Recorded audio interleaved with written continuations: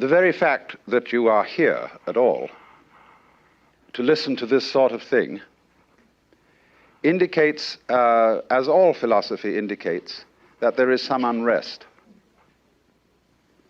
That to be a human being is in some way problematic. That there is such a thing as a life problem.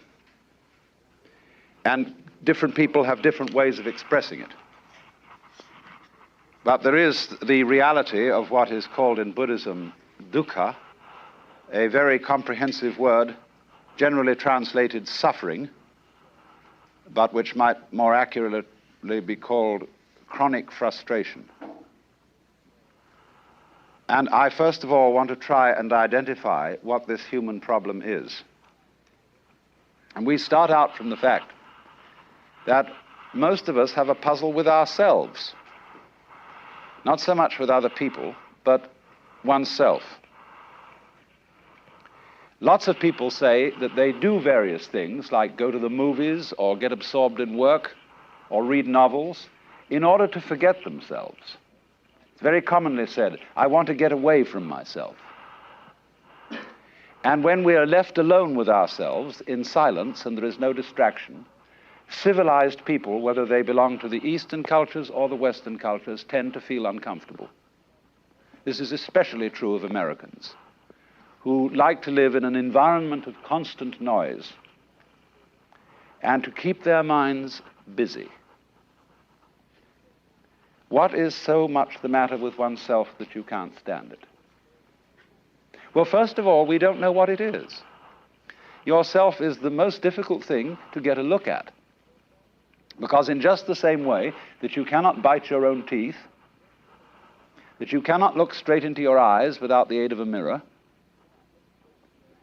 that you are not apparently directly aware of your brain, for all this reason, yourself is too close to you for you to look at. And it always remains an unknown, a kind of a blind spot in the middle of everything. What color is your head to your eyes? Most people have a vague impression that behind the eyes there is a blank. It isn't black, it certainly isn't white.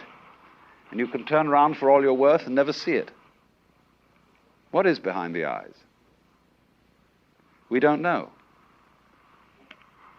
But we have ideas about it. And the dominant idea, which most people have, is that there is something called I. When you use the word I, to what sensation do you refer? In what way do you experience I as something existing? Well, I've made a great deal of inquiries into this. And looking at it from the way most people talk, they think of I, myself, as a center of awareness and of action. About halfway between the ears and a little way behind the eyes. Most people don't identify I, myself, with their whole body. Because we say in popular speech, I have a body. We're not liable to say I am a body. We don't feel that certain things that go on in our bodies are things for which I, ego, am responsible. We don't say I beat my heart. We don't say I grow my hair, because we experience the beating of the heart and the growing of the hair as something that happens to us. We feel our bodies are vehicles, like cars, which were given to us by our parents, and into which at some point in our development, the ego was deposited. Pop. When did you begin to be you? All sorts of theories about that. But generally speaking, I think of myself as the source of voluntary action and of conscious attention. And therefore, outside myself as I, both inside the body and definitely outside the skin, everything else is experienced as not I, as other, as being very largely beyond control, and as in a way alien to me. In the words of the poet Houseman, I, a stranger and afraid in a world I never made. And here lies the root of problems, because it appears that I isn't really very permanent. At least it's messed up with, or mixed up with, a body that grows old and gets achy and inconvenient and finally dissolves. Then what's going to happen to me? Maybe I'm not afraid of actual death, especially if I believe that death is simply extinction, total unconsciousness. There's nothing to be afraid of in that. But it's the process of dying that's so inconvenient. One is so hard to get rid of.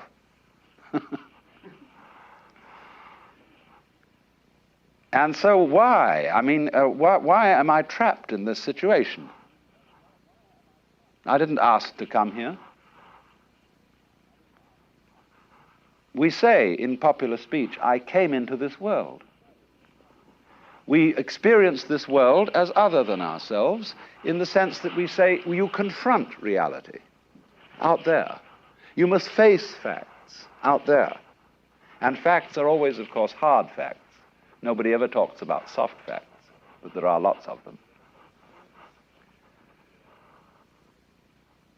So this sensation of, we could call it generally, of alienation from the universe. Now, of course, it isn't true that you came into this world. You came out of it,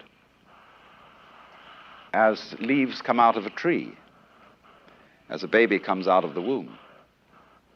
You're a symptom of the world, in the same way that when a tree produces apples, you call it an apple tree. And a world that produces people is a world that peoples, just as an apple tree apples. In fact, our whole situation of feeling that we are strangers in the earth is a hallucination, and a rather dangerous hallucination, because it moves us to act upon the external world, both of people and of things, in a hostile spirit, so that we talk about the conquest of nature. And this general feeling of resentment, of being involved in a world where there are such things as death, disease, accidents, strife, war, we feel put upon. So the various forms of Asian philosophy address themselves directly to this problem. But they are not like philosophy in the West, and they are not like religion in the West. If religion is something like Judaism or Christianity, then Buddhism is not a religion. If philosophy is something like the speculations of Kant or Hegel, or even modern philosophers such as Ayer and Reichenbach, then Eastern thought is not philosophy. The nearest thing to Eastern philosophy in the West is psychotherapy, because the objective of psychotherapy is to change the way in which people feel. It is, in other words, a technique for changing one's state of consciousness. And so in exactly that way, these systems that I'm going to talk to you about, Hinduism, Buddhism, and Taoism, are primarily methods for changing one's state of consciousness. If, for example, a person is crazy and feels that he is the center of an enormous plot to persecute him, the object of the psychotherapist is to disabuse him of this illusion and get rid of his state of fear. So in a rather similar way, let us suppose that normal people are simply sharing a collective insanity. which, because it's normal, they think is the ordinary way to be. And it is perfectly clear, I think, that the world is insane, that we are on a collision course,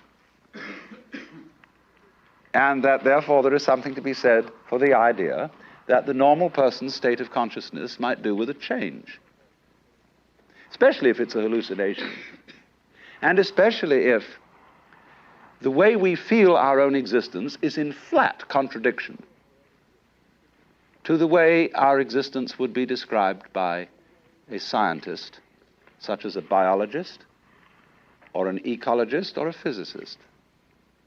You know, I think, ecology is a very important science having to do with the relationship between organisms and their environments. Now, when an ecologist or a biologist looks at a living organism, the business of science is to describe what's happening. And he describes the living organism, but he finds out a very funny thing. He cannot describe the organism defined as something bounded by an epidermis without also describing its environment. See, science describes behavior, what is going on. The man behind the microscope has this advice for you. Instead of asking what it is, just ask what does it do. So the behavior of an organism cannot be described without also describing the behavior of the environment. If I describe somebody in the act of walking, and I say nothing about the floor, or the area, the room, or whatever in which he's walking, all I'm describing is a body in empty space dangling its legs. Well, that's not walking.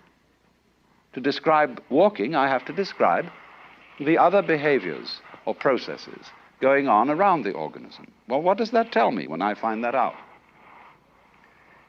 It tells me that what I am talking about is not the organism alone, but something for which we've got only the clumsy term organism environment.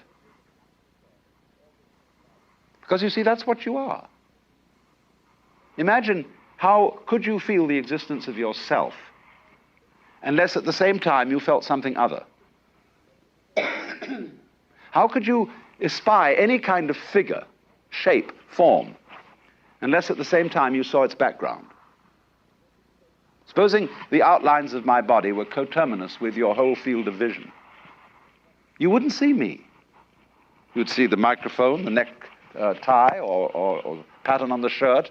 That would be the thing you were looking at, because you can only recognize anything if it goes along with the background, which is telling us that figure and ground are inseparable. They're different, yes. You have to get the crucial idea of things being different but inseparable. As, for example, the two poles of a magnet are inseparable. You can't have a one-pole magnet, but they're different. The two sides of a coin are different, but inseparable. And so there is a word that I've coined called go with. There are certain things that go with each other, and the organism goes with the environment. And incidentally, the environment goes with the organism. That's harder for us to see, but I shall explain it in due course. A go-withness is a transaction. For example, when we buy and sell, that is a transaction. Now, obviously, you can't buy unless somebody is selling. And you can't sell unless someone is buying. The operations are different. Buying is different from selling. But they're inseparable. And that suggests a certain kind of conspiracy between them. They're explicitly different operations, buying and selling, but they're implicitly one. You and everything you call other are explicitly different. But since you always find these two aspects of experience together, there's a kind of something fishy about it that isn't noticed, that's been overlooked. And that is that they're implicitly one. But you see, in the ordinary course of events, as I've explained, we are not aware of this. And we think that everything not self, or in other words, other, is not merely different from us, but separate. And therefore have this sense of not really belonging in this universe, of finding nature a problem. And that's compounded by the current superstitions of the modern world, the mythology of 19th century science, which is everybody's common sense today, that the world itself is stupid, that it's a huge system of electronic energy buzzing mindlessly, in which we exist by virtue of some statistical flukes. You know that if 1 million monkeys sat with 1 million typewriters for 1 million years, in some course, someday they would type out the Encyclopedia Britannica. They'd eventually have to get around to it, by just chance. So there's the feeling among many people that what we are at this moment is just such an event. And that therefore, if we are going to maintain the human order, our values, our reason, our civilization, we've got to fight the world to maintain it. Because the world is stupid. So in the philosophy of science in the 19th century, you hear people talking about energy lying behind matter as blind energy. Freud defines psychic energy as the unconscious, and furthermore calls it libido, which means blind lust. It's stupid. The unconscious is stupid. It wants pleasure and has no sense of reality. And therefore, Freud would oppose the pleasure principle to the reality principle. And therefore, civilization is always thought of as being against pleasure, because if you let people enjoy themselves too much, they'll fall apart. Because the pleasure principle, the pleasure urge, is stupid by definition. So you see, then we have the sensation of living in an alien world. All this is further complicated by other factors, which I must now go on to explain. The feeling of insularity, of being I alone and separate, has something to do with the way in which we pay attention to life, and with the way in which we think about it. And these two things go together. The task of any school teacher with little children is to increase, isn't it, their attention span. Little children are allegedly, although this isn't always true, little children are supposed not to pay attention to anything particularly for very long. They run from one thing to another. They look out of the window. They pick their noses. They moon around. And so the teacher has to rap the desk and say, "Pay attention." And all the little children know exactly what's expected of them. That is, to wrap their legs tightly around the legs of the chair and stare at the teacher with a slight frown. That is paying attention. It has nothing to do with paying attention. It is simply an act. But what it does suggest is that we feel that paying attention or concentration involves a certain strain.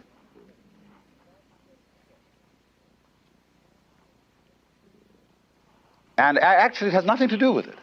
Concentration is hindered by strain. But we all say, try to pay attention. Try to think. Try to understand what I'm saying.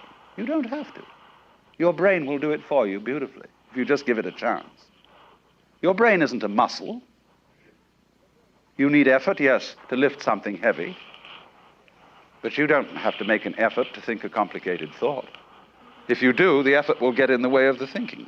It'll distract you. But everyone thinks that that's what you have to do. So what you call I, the sensation of I, is, among other things, a chronic sense of mental strain. And it is physiologically located between the eyes. It's been found out that if you relax all sense of tension between the eyes, you will change your sense of your own existence. But that's where it is. That's why the frown comes. And that's why, of course, Buddhas are always depicted with a bright jewel between the eyes, a sign of openness, of illumination. The next thing is, you see, when you pay attention, don't we say in ordinary speech, you can only think of one thing at a time? What do you mean by that? It raises two questions. Why can we only think of one thing at a time? And what is a thing? I love asking children, what do you mean by a thing? And they will say an object, which is another way of saying a thing. It doesn't help at all. One very smart child once said to me, a thing is a noun. And she's quite right. Because you can't think, and to think and to thing are the same process, without using words or notation of some kind. You can think in words, you can think in numbers, and you can think in simple images like squares, triangles, crosses, as when we think in terms of road signs that mean certain things. But thinking is the process of calculus. It is examining the world bit by bit, in series, one after another, one bit after another bit, as if we were looking at a dark room with the aid of a narrow-beamed spotlight, and tracing it out all over the room, and then in memory piecing together the bits, the series of bits over which this beam passed. And then we construct from that what sort of a room this is. A floodlight would, of course, be quite different. With a floodlight like this, we see the whole room in a glance, and we don't have to bit it.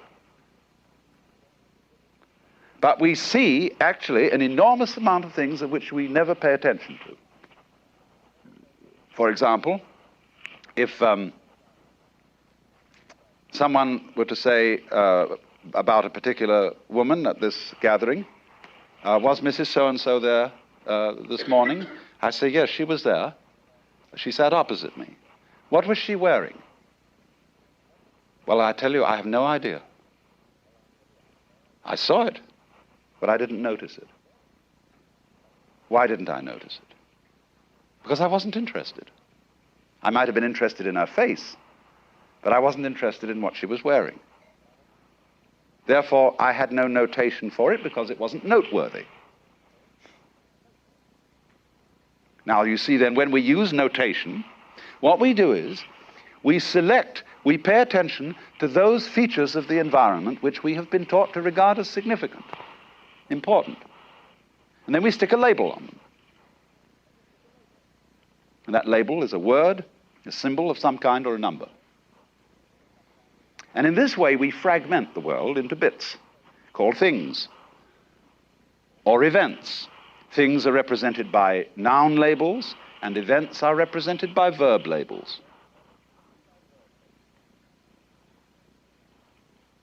And so we come to imagine that the world really does consist of separate things and events.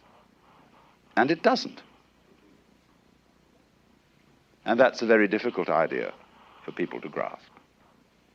The reason is, you see, that we found this method of thinking about the world so useful for predicting what will happen, for remembering what did happen, and in order to predict what will happen, it is based on remembering what did happen, that it's run away with us. And as a species, we are seriously in danger of being completely fooled by our own thinking processes. I can give some very simple illustrations of this. One of the main symbols which all civilized people use is money. It's a very convenient symbolism because it gets rid of the necessity for barter, of having to go down to the store with a truckload of eggs in order to buy some clothes. So we use money instead. And when you go to the supermarket and you roll up to the cashier a great cart full of goodies, And the girl goes, tickety, tickety, tickety, tickety, tickety, and this long tape comes out. And she says, $30, please.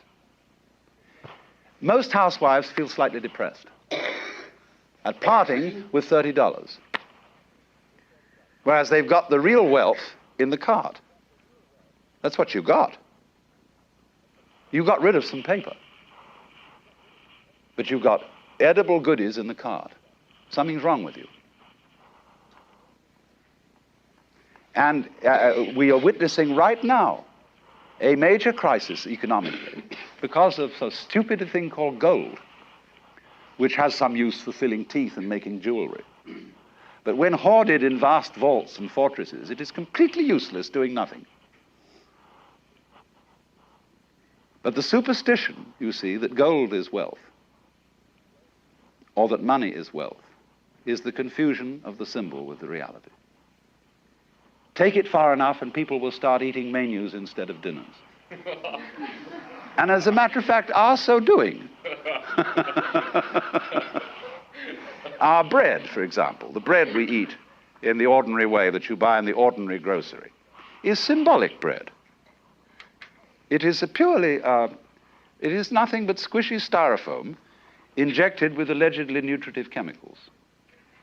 It is a conglomeration of plastic bubbles, which had some vague original connection with wheat. It is pure rat poison. The only trouble with it is that it isn't large enough or permanent enough to be used as a bolster. But this is being eaten all over in the superstition that this is food. It's symbolic food. It's an imitation of what Mama's new bread used to look like and feel like. You know, when it first came out of the oven, it was a little squishy, remember? That's what everybody was looking for, but they've been fooled. Same with the car. The average American car looks as if it were a streamlined, thundering rocket. Now, it isn't. Because an engine of that kind is not streamlined unless it's streamlined underneath as well as on top. And all it is a fake imitation of streamline plonked down with an open bottom on a chassis. They even have, Cadillacs have fake rocket exhausts on the backs with little vents as if there were an engine right somewhere in that thing, as a jet engine is in a capsule on a plane. You see, the thing is front. It's a pose. It's a fake. So you see, what is happening to us then is the ability to think has gone to our heads.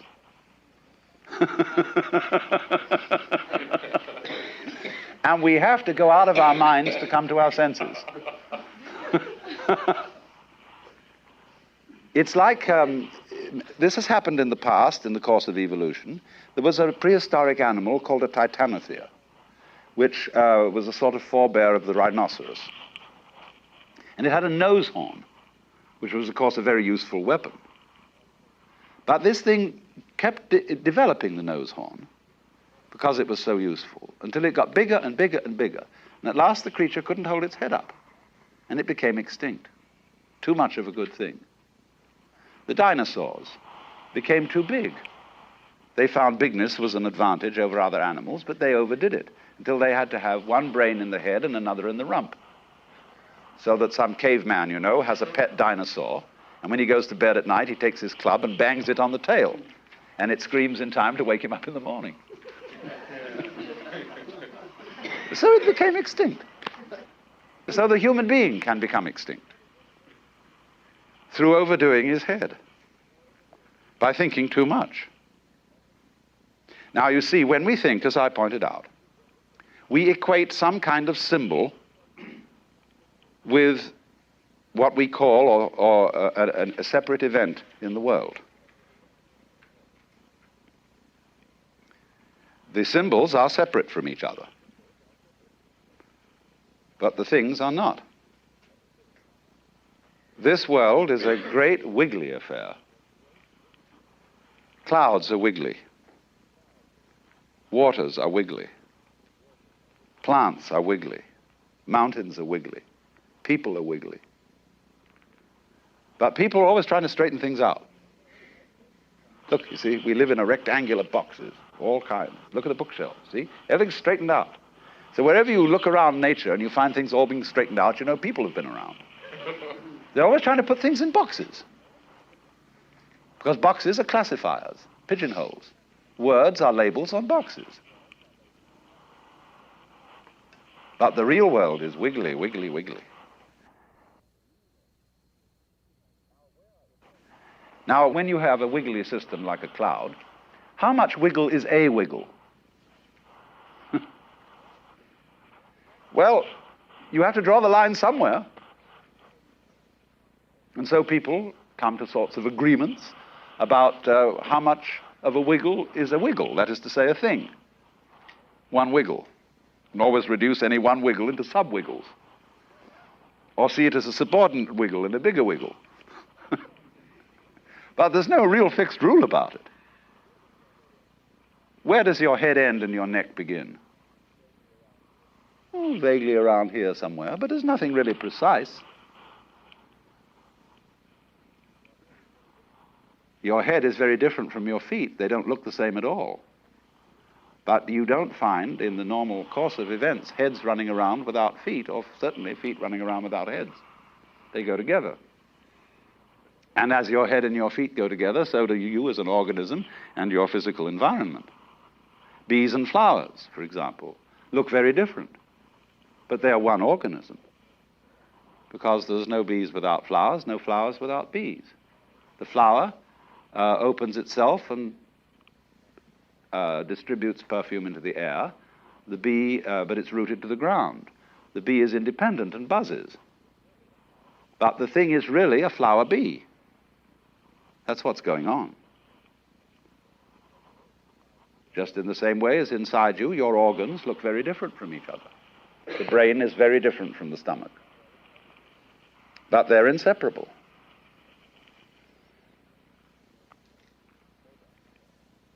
So then, what happens in the confusion of symbol with reality is that eventually you confuse your idea of yourself with yourself.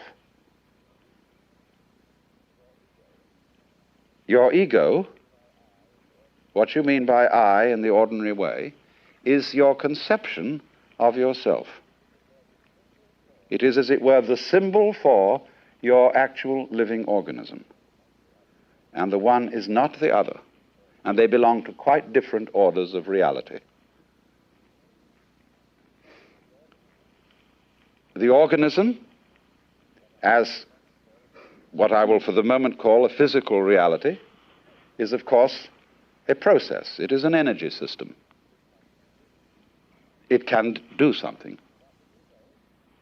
But the ego is a symbol and is not an energy system and cannot do anything. Just as you cannot tie up a parcel with the equator. The equator is an imaginary line, very useful for purposes of navigation, but must not be confused with a physical reality. So in just the same way, the ego, the concept of I, which is given a name, John Doe, Alan Watts, Mary Smith, or whatever it happens to be, is a concept. It's a method of tagging people. But it isn't real.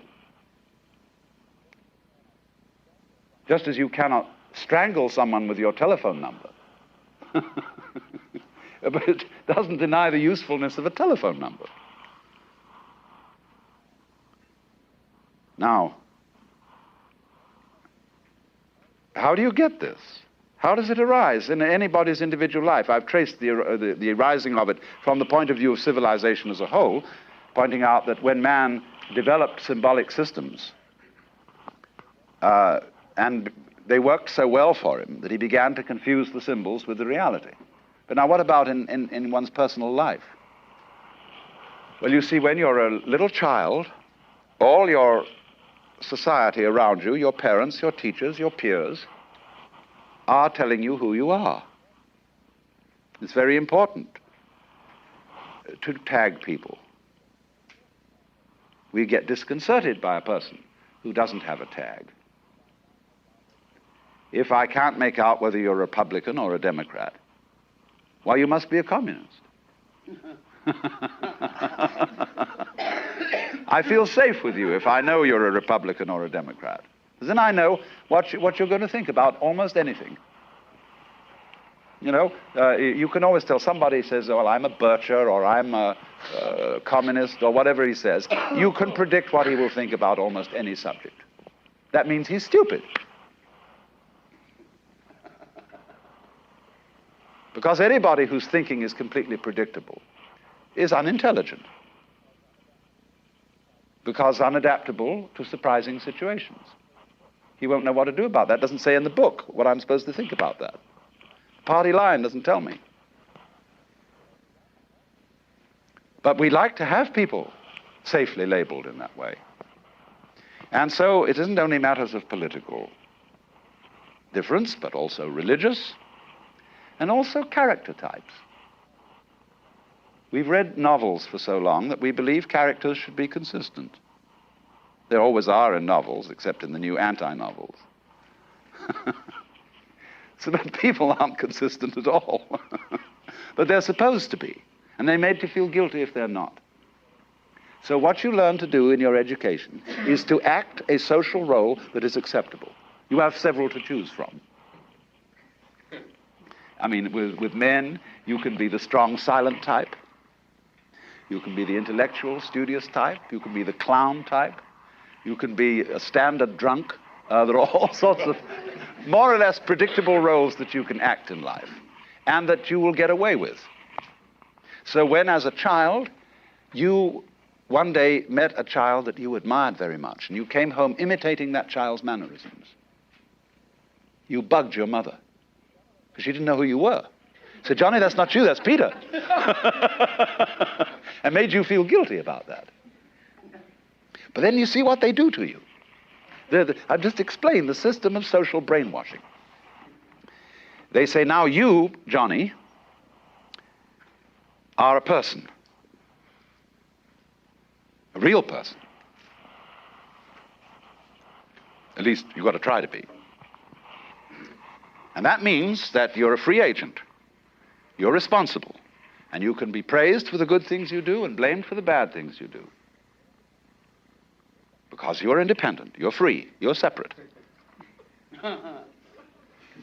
Now, the difficulty for a child is, little child especially, is it has no way of criticizing this information. Social pressure is irresistible. Everybody tells Johnny he's a free agent.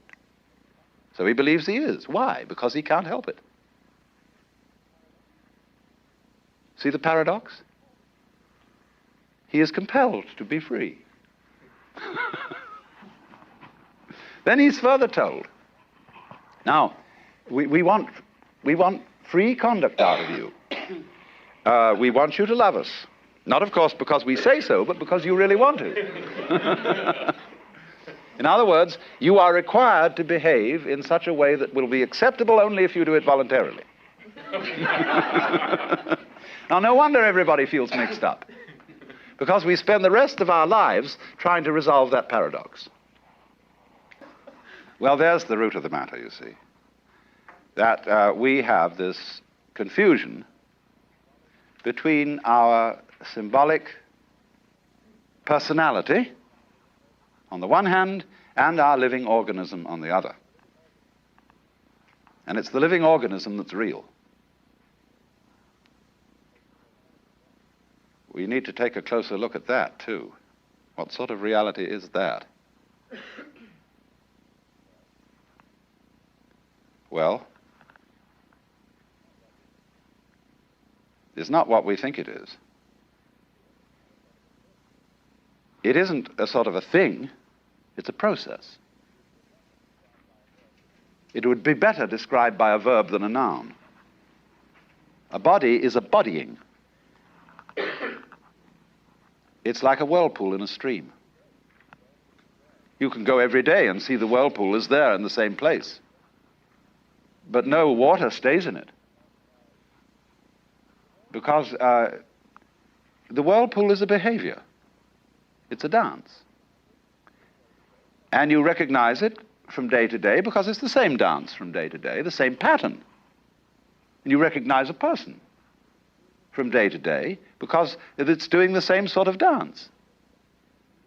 Or is the same sort of dance. You don't have to have an it that does the dance any more than when you say it is raining, there is some mysterious it that is doing the raining.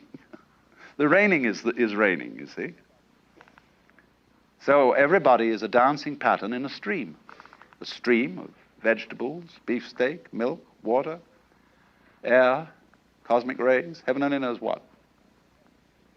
But you're a certain kind of a jazz.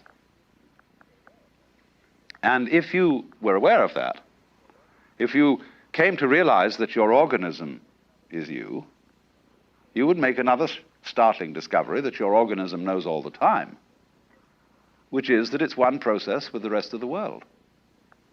Just as the sea waves, you can't isolate a wave, can you? There is waving. And as the sea is waving, then the world is peopling. You are a wave of the world energy saying, yoo-hoo, I'm here, see? Take notice, what a funny thing I'm doing today, says the universe, with each one of you. And so, if, in other words, the organism, in its bones, shall we say, knows all that, but you don't know it with your conscious attention, because you can't get to look at yourself and you're confused with your ego, which is to say, your social role, your person. The word person means mask. Persona in Latin, that through which the sound comes. The megaphone mask worn by actors in Greco-Roman drama. So the word person coming to mean, when we say someone is a real person, that means it's a genuine fake. No, like some antiques.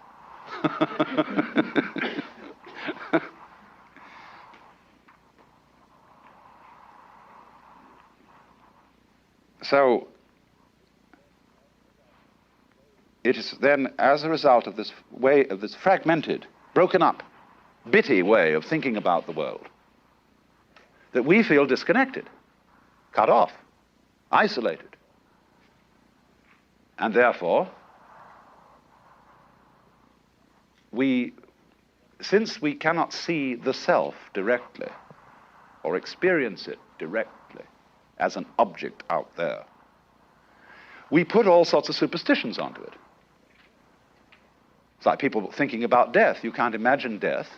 And so onto this void, one projects all sorts of things. People are afraid of death. They think, oh, what's it going to be like to go to sleep and never wake up? And they imagine themselves being shut up in the dark forever and get bugged by it. But on the other hand, when you start thinking about what will it be like to go to sleep and never wake up, suddenly occurs to you that when you were born, you woke up without ever having gone to sleep. It's rather funny. And of course, if it happened once, it can happen again. And that begins to get you real puzzled about what you mean by you. But everybody feels he's I. Everybody has this sensation of being in the middle of everything. Turn around and see more or less equally in all directions, and you feel that you're in the center. Everybody feels in the center, just as much as I do. In fact, insects feel they're in the center, and I'm quite sure they feel that they're people. We don't, of course, don't bother to notice them in any great detail, and therefore they all look the same, and therefore we say, well, they're not people. They're all alike. They're some sort of mechanisms. Well, they look at us in just the same way, and they can't make any sense out of what we're doing. So we're some sort of funny mechanisms going around, so far as they're concerned.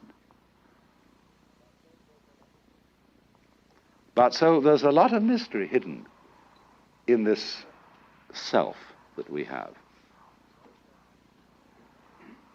Well, of course, you see, we're worried about it. We see the organism vanishes. We're always defending our personalities. And somebody accuses our personality of falling apart and say, now, you're not being consistent. You're not fulfilling what you said you would do. You're not playing the role you're supposed to play. Everybody feels that they're coming apart because they're not acting right, as on the stage. So we are constantly on the defensive. And also we're a prey to anxiety. Anxiety is a trembling motion. To be or not to be, that is the question. Because the minute you know you're alive, and really become aware of being alive, you realize that you might also be dead. Because to be implies not to be. And not to be, although we don't really think about that, implies to be. So we're always wondering, now if I do this, will I survive? Or would I better do that? We're never quite sure. Because you think when you get a really important decision, you've got to make it, you wonder, did I take everything into consideration? Did I make a sensible judgment? Well, you never know. Because in the best thought out plan, always chancy things occur. You don't know whether you're going to slip on a banana skin, or whether you're going to get sick. It's all very unpredictable. And therefore we tremble. Shall I do this? Shall I do that? See?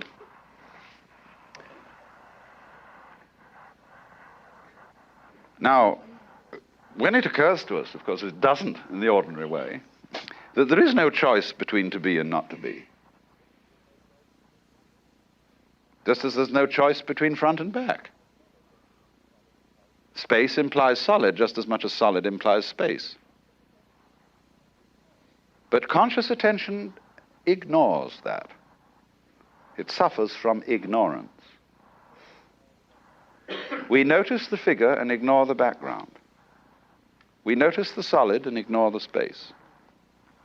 We notice the relatively moving in smaller object, but we ignore the relatively stationary background. That's with consciousness, with noticing. And so you see, we don't notice that in order to be present, you must also be absent. Because life is an energy system. And energy is something that vibrates. And whatever vibrates goes on and off. If I sit next to a girl in the movies, and she attracts me, and I put my hand on her knee, and just leave it there, she will in due course cease to notice it. Because it's a constant stimulus. But if I gently stroke her or pat her on the knee, she will keep noticing it, because it goes on and off. Now, all energy systems go on and off. You can't know you're on unless you're off, too. So we get waking and sleeping, we get every kind of rhythm. And there are tiny rhythms that go dig, dig, dig, dig, dig, dig so fast, like a beam of light, that you don't notice the spaces, because your retina doesn't react quickly enough. It reacts to the stimulus of the on, but before it can go off, there's a new on. See? So you get what appears to be a constant stimulus. The table appears to be hard. It's vibrating so fast I can't put my finger through it. Same way as an airplane propeller appears to be solid, or an electric fan.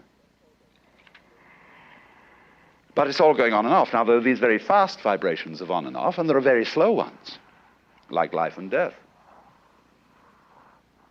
Now you see it, now you don't. That's what the world is. But because of the focusing of conscious attention, which regards on as real and off as unreal, because you ignore it, regards solid as real and space as unreal, it's like trying to think of waves as a series of crests without any troughs. But a wave is a crest trough. On-off. So off is as important as on. You can't have anything happening without both. And although they are explicitly different, on and off, they're implicitly one. And we call it energy. So if these neglected and ignored features of the world came to our attention, or in some way could impinge upon our consciousness, we should feel very differently than we ordinarily do feel. How would you feel? Well, I can roughly describe it to you. It's a very odd feeling indeed, at first. You feel that what you are doing and what happens to you are the same. You can say of everything that happens to you, I'm doing it. And of everything that you are doing is that it happens to me. For example, when you're steering a car, are you pulling the wheel or pushing it? It's push-pull, isn't it? Both. Although the words push and pull are formally, logically opposed to each other. But that's what you're doing when you're steering. You're push-pulling. So in exactly the same way, when you are acting, what your environment does and what you do are the same process. So when you feel that, it's very odd. You feel as you walk up a hill, the hill is lifting you. A lot of people go crazy with this because they suddenly say, well, I'm God. I'm doing everything. And if then they start to tell everybody that they're God, and people object and say, well, it's absolutely preposterous that you should say you're personally in charge of the whole universe, and therefore should be bowed down to and given divine honors, you must be mad. Or a person may take entirely the opposite point of view and say, I do nothing. I'm just a little puppet on the end of strings, and everything I do is controlled by something else. In other words, becomes a complete fatalist. What he doesn't see is that both points of view are right. But of course, this won't fit in with an idea of God, which is based on the ancient monarchies of the Near East. That is to say, it won't do with an idea of God conceived as the cosmic boss. The boss, the chief, that's a political image. And it just doesn't work too well for the Godhead. It leads to all sorts of trouble. And as I often say, for Americans, you'd believe, don't you, as American citizens, that a republic is the best form of government? How can you square that with thinking of heaven as a monarchy? If heaven is a monarchy, monarchy is the best form of government. What about democracy in the kingdom of heaven? How about that now?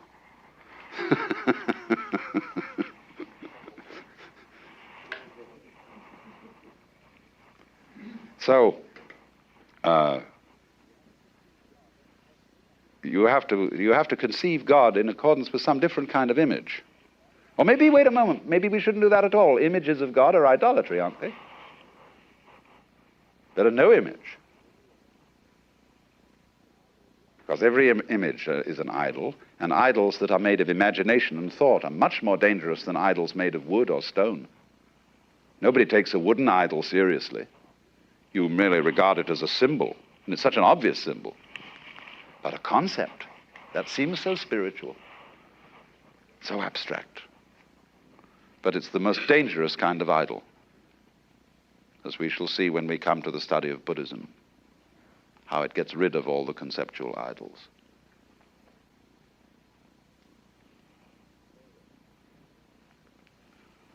So then, if we woke up and became disillusioned, disenchanted, or unspellbound, you know, you spell words, and it's words that spellbind us. You hypnotize people by talking to them. So if we get free from the beguilement of words, we should wake up and find ourselves in this very different situation, where you would know that you and the universe are really the same process. You, as an organism, are an operation of the universe. The real you, though, is the whole thing. That's why in that rather fumbling proto-science called astrology, when you wanted to draw a picture of a person's soul, you drew a crude picture of the universe, his horoscope. Because your soul isn't in your body's in your soul. And your soul is the entire arrangement of forces constituting this universe, centered on your physical organism. So that's why the astrologer took the time and place of a person's birth and said, how are the heavens arranged around that? That's why the soul is in heaven. The meaning of that, it is heaven. It's the total arrangement of cosmic forces, the total pattern. And when you wake up to that and actually feel it to be so, I assure you it's just great. And you stop worrying about you still are sensible enough not to walk into a fire, but you get rid of that deep central anxiety. Because it's like the universe has nothing to fall onto if it drops. And a fall will only be disastrous if there's a floor of concrete down below. The universe has nothing to fall onto. Everything in it is dropping. The Earth is dropping around the sun. Just so long as there isn't a planet in the way or something like that, nothing happens. And the system as a whole. There isn't anything else. So why worry? Besides, if you disappear as an organism, great. Because if you went on too long, you get tired of yourself. And so there's always a new surprise in store. The thing is a self-surprising system. That's why it goes on. When you know the future perfectly, it's already past. You've had it. When you know the outcome of a game, and it becomes certain, you cancel it and begin another one. So to know too much gets you nowhere.